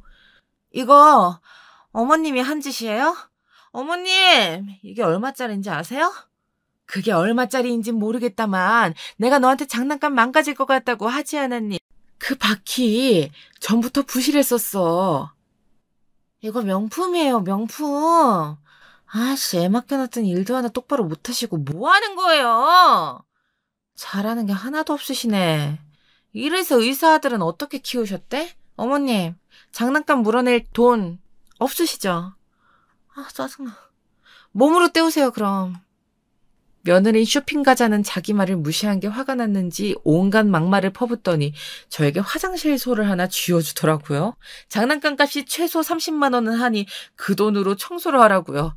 어머님 시급 생각하면 싸게 쳐드리는 거라고 하는데 소를 받은 제가 너무 어이가 없어 순간 허탈한 실소가 나왔습니다. 방긋방긋 웃고 있는 천사 같은 손주를 보니 울컥 눈물이 치솟더군요. 하지만 전 꿋꿋이 그 화장실 청소를 했답니다. 무려 5시간에 걸쳐서요. 처음에는 대충 변기와 세면대 정도만 청소해주는 줄 알고 락스를 뿌렸더니 물때까지 싹 벗겨내라며 5시간 동안 밥도 주지 않고 그 안에 있게 하더라고요. 서러움에 눈물이 밀려오면서 꾸역꾸역 변기를 닦아내는데 그때부터 제 마음속에 이대로 살아선 안 되겠다. 내가 뭐라도 해야겠다는 생각이 들더군요. 그게 복수였습니다. 며느리를 망하게 만들 복수 말입니다. 구체적으로 계획에 옮기기 전 저는 이미 짚이는 구석이 있어 흥신소를 운영하는 사촌 오빠에게 며느리에 대해 알아봐달라 부탁을 해놓았어요. 아니 무슨 일이길래 며느리 뒷조사를 해. 부탁 좀 드릴게요. 내가 꼭 알아봐야 할 게 있어 그래요. 내 인생이 걸린 일이에요. 제가 말한 짚이는 구석이란 며느리가 출산을 하기 직전 일어난 일이었는데요.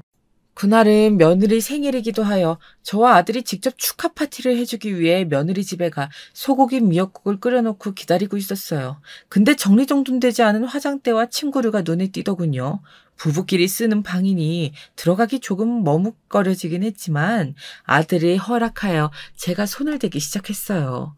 며느리가 올 시간에 맞춰 준비한 깜짝 파티였기에 아들은 밖에서 케이크를 준비하고 저는 정신없이 화장대를 정리하는데 향수병 하나가 눈에 띄더라고요. 이니셜이 각인된 향수였는데 신기하게 S.J라고 각인된 향수였습니다. 보통 누군가를 각인할 땐 자기의 이름을 각인하곤 하잖아요. 그런데 다른 이름이니 조금 특이하다고 생각했던 것 같아요. 아무쪼록 화장대 정리를 마치고 며느리가 들어오길 숨죽여 기다리고 있는데 저 멀리서 며느리로 생각되는 목소리가 들리더라고요. 어찌나 크게 통화를 하는지 비밀번호를 누르며 전화를 하는데 그 목소리가 제가 있는 곳까지 전해지더군요. 그래, 지금 내가 얼마나 편하게 생활하고 있는지 모를 거야. 아무튼 내가 조만간 당신 집으로 갈게. 나도. 아들은 듣지 못했지만 며느리는 분명 당신이라고 부르며 전화를 하는데 저도 모르게 케이크를 들고 있던 손이 이상하게 떨리더군요. 거기다 스피커폰이라 상대편 목소리까지 들렸어요. 언뜻 들리는 목소리가 남자 목소리였는데 느낌이 좋지 않았습니다.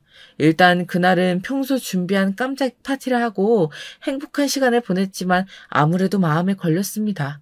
그래서 알아보았는데 제 생각 이상의 결과가 나오고야 말았습니다. 차라리 조사하지 말 걸 후회할 만큼이요. 당시 제가 조심스레 물었을 때 며느리는 그 사람을 남자인데 같은 동네에서 자라 허물없이 대하는 친구 관계라고 했는데 실상은 사실혼 관계에 있던 사람이더라고요. 그러니까 동거 형태로 무려 5년을 지낸 사이였습니다. 역시나 향수병에 있는 그 각인된 이니셜 글자는 상간남이 맞았고요.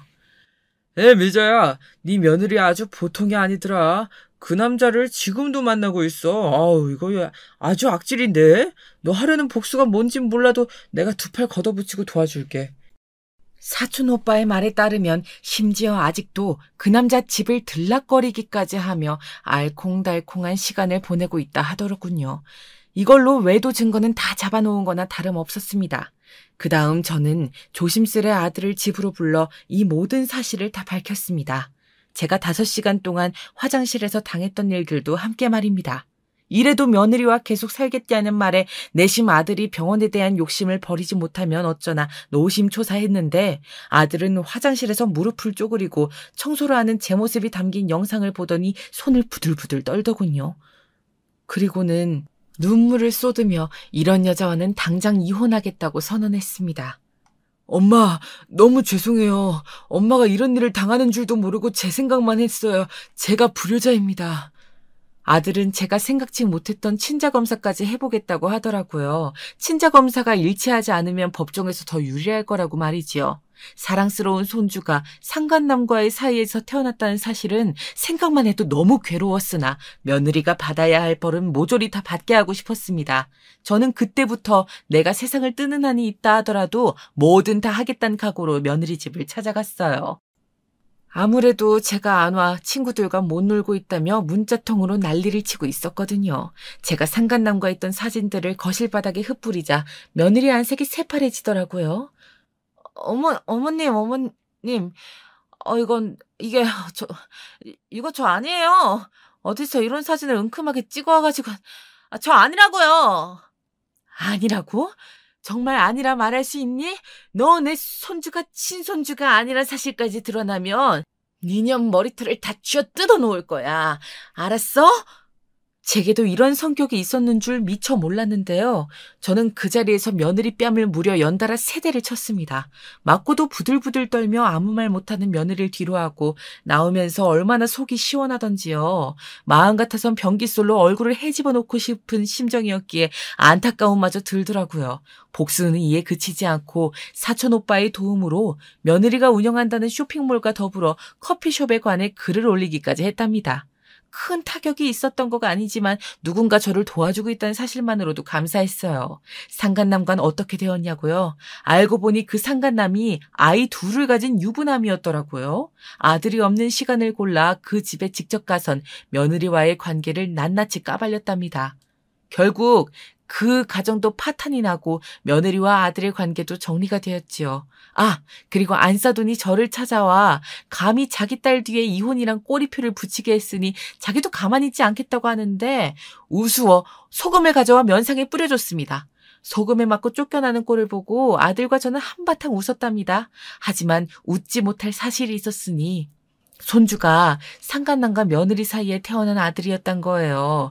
그 사실엔 저도 아들도 억장이 무너질 것 같더군요. 그 이후 며느리의 집안이 어떻게 되었는지 알 길은 없어요. 대대로 부자였으니 잘 살 수도 있겠죠. 또 다른 남자를 골라 살 수도 있었겠고요. 하지만 이 정도 복수를 하고 끝낸 것만으로도 전 충분히 만족한답니다.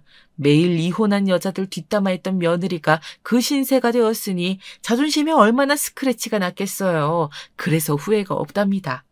요즘은 돌아온 아들에게 고마운 마음도 큽니다. 이혼 소송이 마무리되고 아들은 저에게 이런 말을 하더군요. 엄마가 아니었으면 내가 출세에 대한 욕심을 버리지 못했을 거예요. 병원에 대한 집착 놓게 해주셔서 감사해요. 그래, 한번 우리 다시 잘 살아보자꾸나. 전 아들과 다시 한번 잘 살아보자는 다짐을 하면서 그렇게 화해 아닌 화해를 했답니다. 앞으로도 저와 아들 잘 살아갈 테니 지켜봐 주세요. 후기를 들려줄 수 있는 기회가 생긴다면 또 찾아오겠습니다.